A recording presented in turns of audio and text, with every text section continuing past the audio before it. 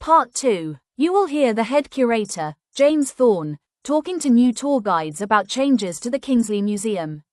First, you have some time to look at questions 11 to 16.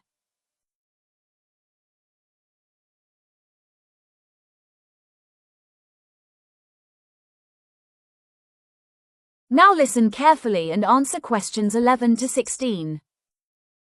Good morning, everyone. Welcome to the team. Before you start your first guided tours this afternoon, I need to update you on the layout changes we've implemented over the winter break.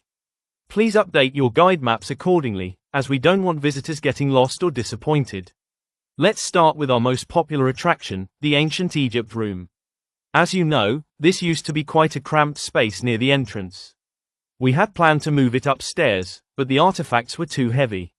Instead, we've knocked through the wall into the adjoining office and taken over that space. This has allowed us to bring out 50 new sarcophagi that were previously gathering dust in the basement. It's a much larger display now. Regarding the coin collection, this has always been a bit of a security headache for us.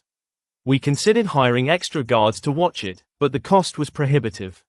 So, the board made the tough decision to sell the entire collection to a private buyer in London. The display cases have been taken away, and the room is currently empty, waiting for a new exhibit next year. So, please don't promise visitors they'll see any Roman coins today. Next is the Victorian classroom. This used to be a static display where visitors could just look through a glass window. We've changed the concept entirely. It's no longer, look don't touch, exhibit. We've cleared out the glass barriers and now use the room to host history lessons for local school groups. It's a hands-on learning zone now, rather than just a visual display. Now, the main gift shop. You might instinctively head to the second floor where it's been for the last 10 years. However, we noticed that visitors weren't buying much because they were tired by the time they reached it. So, logically, we've shifted it downstairs, right next to the main exit doors. It's much more convenient for people leaving the museum, though it was a nightmare carrying all those books down the stairs. Then we have the fossil gallery. This is usually the highlight for children. Unfortunately, we discovered some water damage in the ceiling tiles above the T-Rex skeleton last week. It's a safety risk, so we've had to cordon off the entrance. The repair team is in there now, and they tell me it won't be safe for the public for at least another month.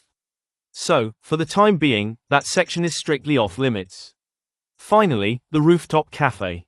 It offers a stunning view of the city, and we know visitors love it. However, we've had issues with staffing.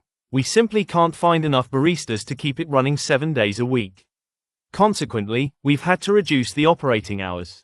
It is now shut from Monday to Friday, and operates exclusively on Saturdays and Sundays.